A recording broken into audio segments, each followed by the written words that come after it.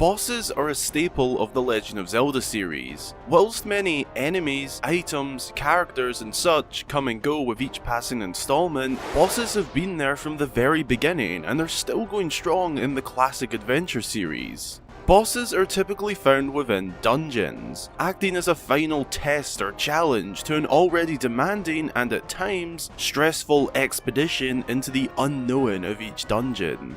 These titans of the series vary from fire-breathing dragons, monstrous-sized demonic eels, the animated living dead, to smaller but more tricky foes such as evil mages, tricky tribal blade warriors, all the way to Princess Zelda possessed by the Dark Lord Ganondorf himself.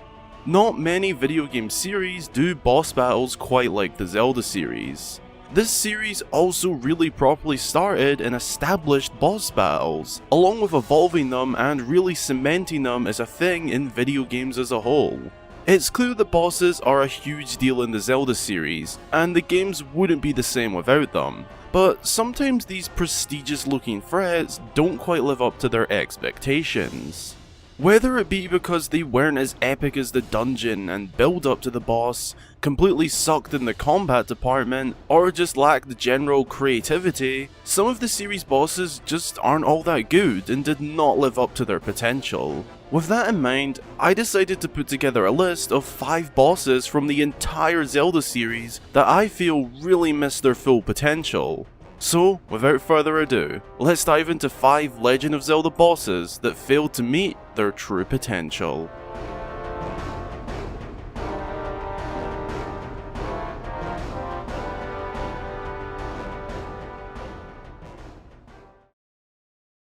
Number 5. TENTALUS. The abyssal leviathan of the Lanayru Sea, TENTALUS is found in Skyward Sword, acting as the boss to the sand ship. As you can see, TENTALUS takes on a very titanous but also sort of goofy look, which for some instantly decreased the quality of this battle, but for me personally, it didn't affect it. The build up to this battle is pretty epic and intense, sort of like an Uncharted-like feel as you step out onto an open deck in the middle of a dark and gloomy sea, almost as if a storm is brewing and you are standing within the calm before the storm.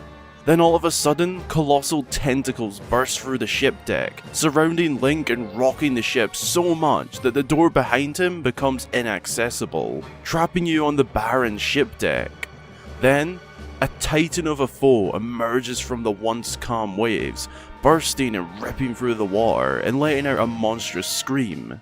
This gives us the feeling that we are definitely in trouble, no escape and face to face with a gigantic sea monster at least 10 times the size of us. But after that totally awesome and dare I say it, epic build up, we begin to fight TENTALUS and quickly learn that there isn't really any threat. Tentacles burst through the deck once again, and we chop them up. TENTALUS pops back up, and then we are faced one-on-one with the most obvious and easy fights ever. We shoot the bright orange eye that stands out from literally everything else in sight, whilst TENTALUS wiggles around, almost dancing to be honest.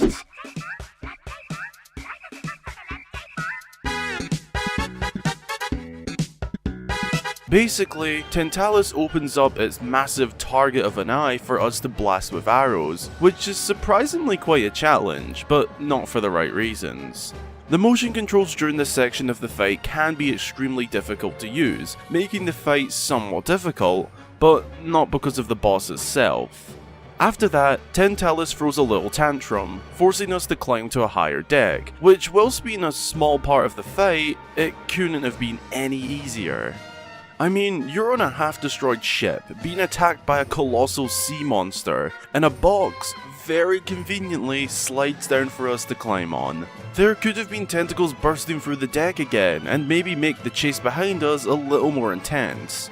Either way, this takes us to the final phase of the fight, which is more or less just a hack and slash on TENTALUS' hair, then shooting the eye once more, and done. The biggest issue that myself and many fans have with TENTALUS is the scale of how epic the build up was to how the actual fight turned out. It was too easy to say the least, but does make up for it a little bit in how epic the stage was, but even that had its hand-holding parts. Overall, I just feel like TENTALUS could have been a lot more threatening and intense, throwing a lot more attacks at us at a much faster pace, keeping us on our feet and always doing something. Number 4. STALLORD. The twilight fossil of the ancient burial grounds known as the Arbiter's Grounds. Now, this pick is more going off other fans and friends of mine's thoughts, as I personally love STALLORD, but Twilight Princess is also my favourite video game of all time, so I do have a little bit of favouritism towards the game and its bosses.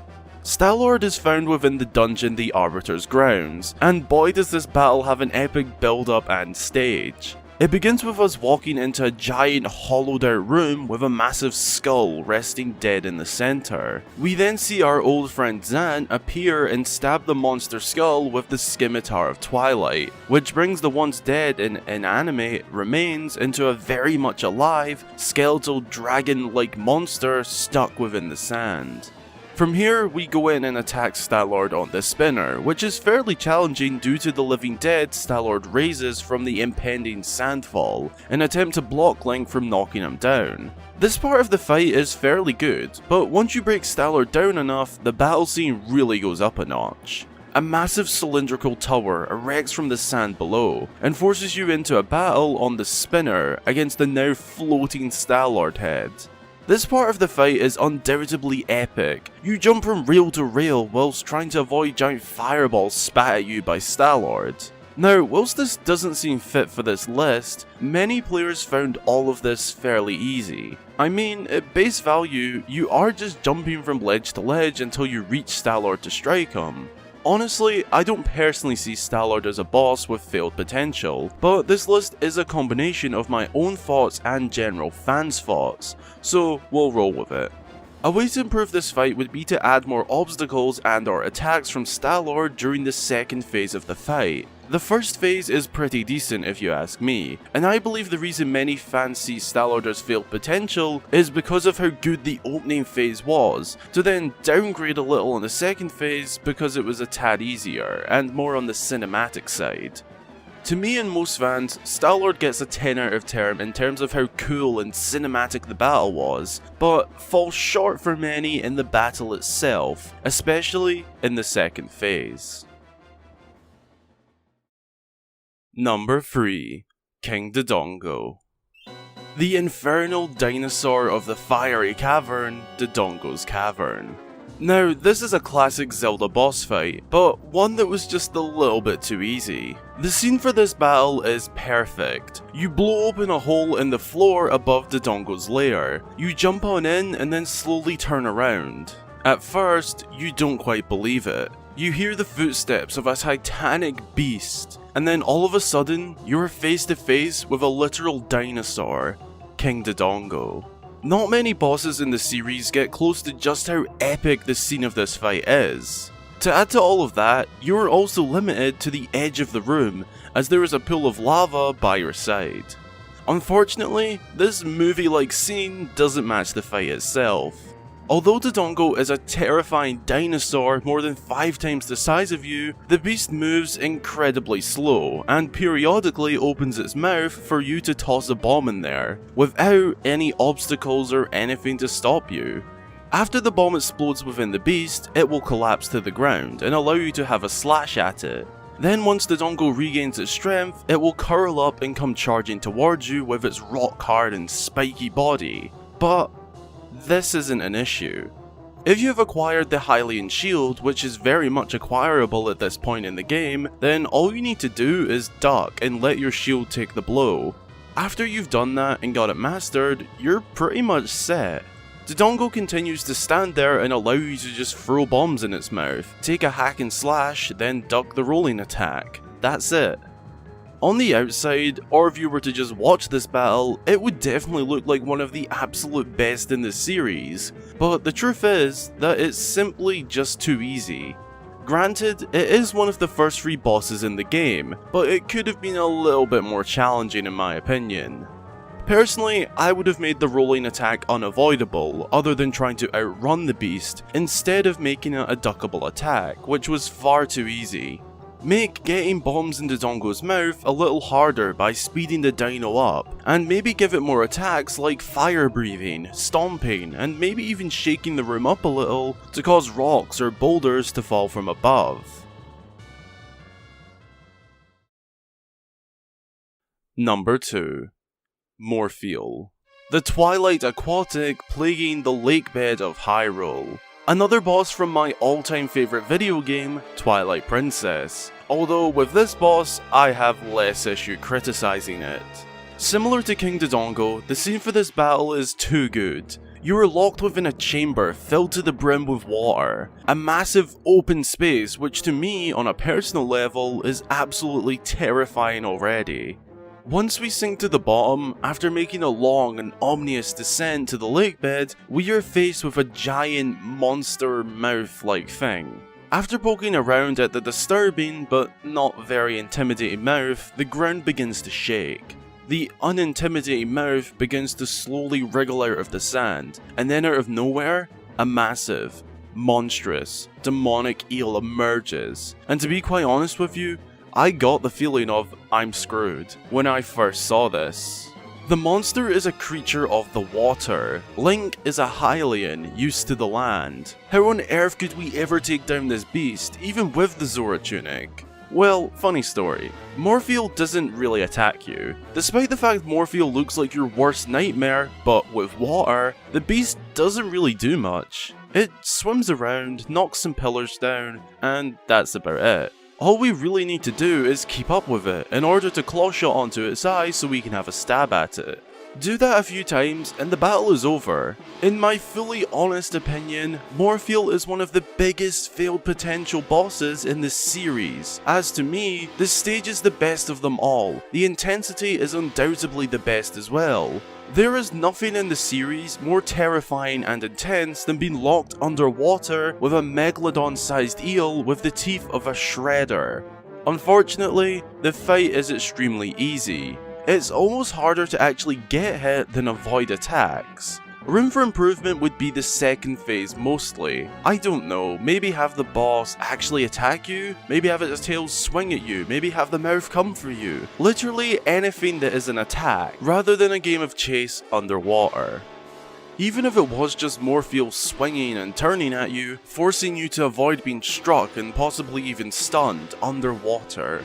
I don't have much more to say other than have the boss actually try to attack you. MORPHEEL is basically a headless chicken, or cuckoo, but underwater. Number 1. Anglerfish. This aquatic nightmare is the fourth boss in Link's Awakening, but also appears as a sub-boss in Oracle of Ages. We find the anglerfish in Angler's Tunnel, and if you have ever played Link's Awakening, Original, DX, or even the new Nintendo Switch version, you will already know why I've picked this boss for the number 1 spot. Coming to the later stages of the dungeon, you will come across a drop into the water. If you hop in and swim down, you will eventually reach the dark depths of Angler's Tunnel. But then, out of the shadows, a giant, monstrous anglerfish appears out of nowhere. And whilst Link's Awakening doesn't have the most realistic art style, it's still pretty scary at base value. It captures the same sort of fear MORPHEEL does, as you're within an enclosed underwater area, but Angler's Tunnel is actually a bit tighter for space. Now for this pick, I'm not even going to describe the fight for you. I'm just going to play the footage and let you see for yourselves just how easy and also quick this boss battle can be.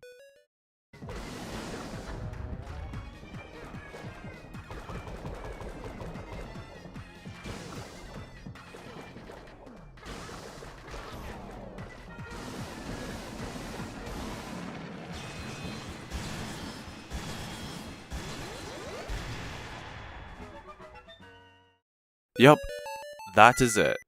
The reason I have given the anglerfish my number 1 spot is primarily due to the fact this stage of this battle is yet again perfect for a boss battle, but the battle itself just lets the whole thing down. I don't really know what to say for improvements either. Maybe make the boss come towards you and not run around like another headless chicken? At least Morpheel attacks you at some stage of the battle, but anglerfish? No. You're basically fighting a friendly, non-hostile fish. Thanks a ton for checking out the video. I really hope you enjoyed. I think something I've learned from making this video is that some boss battles are considered to be a good boss battle because of the cinematics and movie-like feels they have. Almost like a play-along movie rather than an actual one-on-one fight. I personally believe a good boss battle should be judged primarily on the battle itself, then the scenery, epicness, and all of that stuff. At the end of the day, it's all just a bit of fun, but be sure to let me know your list and what you thought of my list. Is there any bosses you would consider failed potential? If so, leave them in the comments. A special thanks goes out to all of my Patreon supporters, as your incredibly generous support really helps me to keep making these videos as often as possible. Thank you guys so much. Again, thanks for watching, and until the next time, I've been Hyrule Gamer.